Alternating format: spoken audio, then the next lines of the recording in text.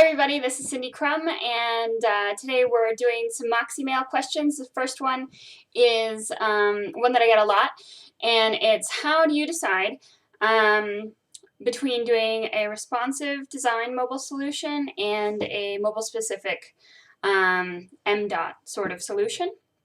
And the answer is, of course, it depends, but let's break it down on what it depends on.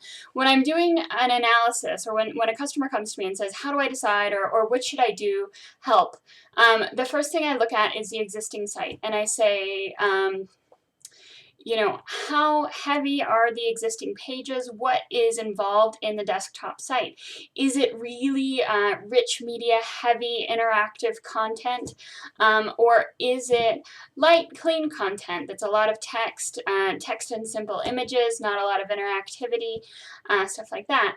And immediately, if there's not a lot of interactivity, if it's a really clean, light site already, then I say you're golden if you want to do responsive. If you think it's a good way to go for your users and makes sense, then that's a great situation where you would want to go responsive. On the other hand, if you have a very heavy page with a lot of different interactivity, a lot of different media, and things like that, that's going to slow the load time of a mobile phone. So if you think about all your rich desktop content and trying to cram it all onto a mobile phone screen, that's going to be difficult to begin with, but also in terms of load time, it's probably going to hurt the user experience. So you would have to start cutting things, and that can be difficult. So in those cases, those are usually good candidates for going for an MDOT solution. Now, in terms of SEO, it also depends, because you want to think about the use case. If you think that the mobile use case is very similar to the desktop use case, then that's a good candidate to go responsive. On the other hand, if you think that the mobile use case is significantly different than the desktop use case, then that's a good situation where you would consider doing MDOT pages. And the reason is, you'll be targeting different keywords based on the use case. So you would use the MDOT pages if it's a different use case. MDOT pages would target the use case related keywords, the things that people would only be searching for on their mobile phone. So things like in-store price checking, getting directions if you're a brick and mortar store, stuff like that.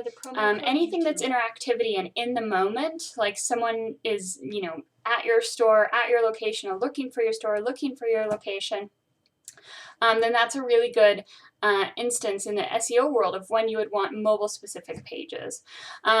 When you don't really need mobile-specific pages, for instance, in the SEO world, would be something where the searches don't change. So I think a good example of that might be news stories. The keywords that you search for when you're looking up a news story, those probably won't change, whether you're on the desktop or the mobile phone. Now, I'll tell you that in most cases, when I give a recommendation to a client, it's not all or one. Sometimes it's not the simplest of answers, right? In some cases, some websites, it makes sense to do a large portion of the site in responsive design, and then a certain section of the site on mobile-specific pages, or vice versa.